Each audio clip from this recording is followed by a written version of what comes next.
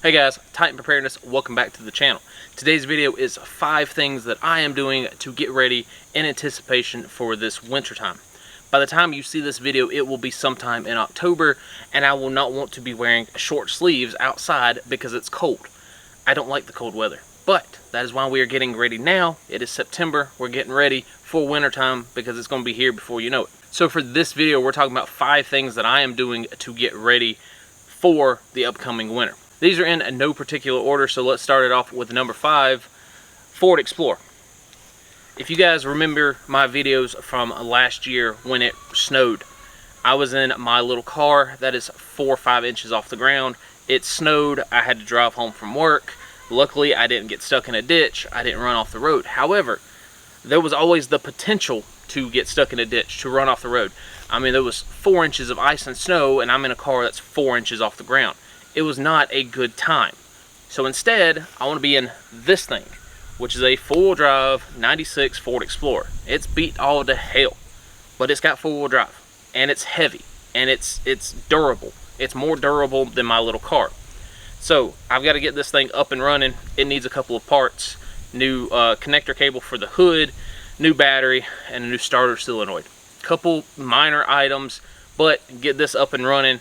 Have it for the winter time in case it snows again. This right here is number 4. This is the second one. Whatever. So we've had this 250-gallon propane tank.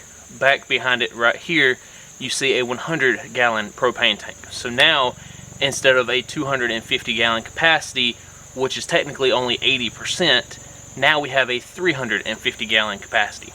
Unfortunately, with propane, you can only fill up to 80%. So 250 gallons, 80% of that is about 210 gallons. 80% of 100 is only about 80 gallons. So we'll have 290 gallons out of 350. If my math is correct. Close enough anyway. Now for the last few years, we have gotten the 250 filled up about now in September. And then we've ran out in December, January, about when a snowstorm hits. So the last snowstorm, we had like 10% the day that it hit. So with the extra 100-gallon capacity, hopefully that will extend the amount of life that we have in the propane tank. So we'll see. So number 3 is the biggest project we've got going on, and it's the most important project. This right here is metal ductwork. This right here is insulation for the metal ductwork. So up until this point in time, we've had flexible duct up under our house, and it worked. It worked fine. It worked fine for 20 years that the last owner owned this house. However, field mice, have been getting in the flex duct and tearing it all to shreds. One thing that I don't like as a homeowner and someone who has to pay the bills, whether that be in wintertime or summertime, is my air in summer and my heat in winter going up under my house because my HVAC ductwork has holes in it. It's not good. It's not fun to pay money and to heat up underneath your house more than your actual house. So like I said, this is the most expensive and the most major project that we are doing this before this winter. I probably got $1,000 wrapped up in metal ducting and probably another $500-600 bucks in insulation. Not cheap, but it's worth it hopefully in the long run. Again, I hate cooling up underneath my house. I hate heating under my house. The heat should go to me inside of the house. So if you do have flex duct underneath your house, which most homes do nowadays, make sure that there's not any problems with it. Mice, raccoons, cats, squirrels get up under there and they start tearing shit up. So check your ductwork. Make sure if you have any holes, there is a way to patch the holes. But if it's a small hole, hey, it's easy to patch, it's easy to fix. But if you're constantly getting holes in it, you're better off just ducking it with metal ductwork. It ain't cheap, but it's worth it. This next project is pretty simple, and that is to clean this kerosene heater and to put a new wick on it. Very simple. It is our backup to the backup, right? We have propane. If we lose power, we have a space heater.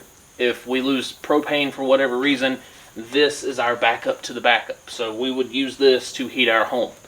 Yes, we have fire extinguishers. Yes, we know how to open up doors and be safe with it. But with it being dirty and sooty and filthy, we need to get it cleaned up. We need to get a new wick put on it so that way when we do have to use it, it's not adding extra soot into the house. It's not adding extra debris. There's not a bird's nest in here like there was last year, and then I caught it on fire. Yeah, that was a fun time. So clean this up, get some new fuel for it, get a new wick for it, get everything on it, and we'll be good to go. So the fifth and final project that we are doing in anticipation for wintertime is putting this building right here as part of the chicken coop. As you can tell, there's a lot of them. There's even more over there. There's a bunch of birds.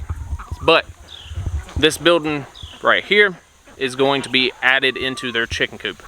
So we're going to cut a little door in there. We're going to get it cleaned out. We're going to let them go in there and be safe from the elements at least.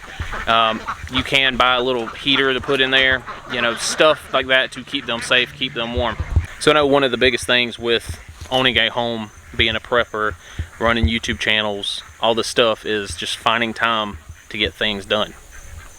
It's tough. It's tough to take time out of your day and do things. Whether that's because of work, whether that's because of kids, whether that's because of other events, second jobs, you know, whatever the case is. I get it. And you sit around, I'm filming this in September, I sit around and think, okay, well, wintertime doesn't really get here until late October, until November. So I've got 8 weeks to do this stuff. Next thing you know, you're getting hit with snowstorms tomorrow and nothing is fixed, nothing is ready. Time flies by. And when you've got projects that need done, have to get done before wintertime, have to get done before springtime, summertime, whatever, go ahead and get them done. Because if not, you need to get them done, and then you don't get them done, and the next thing you know, that project that you've been putting off, well, it could have really came in handy. So make sure if you've got a project, go ahead and get it done. Let me know what you guys are doing in anticipation for wintertime. Are you like me and fixing a car? Are you fixing a building? Are you adding extra propane? Are you, doing more HVAC work? What are you doing to get ready for wintertime? Again, time flies by.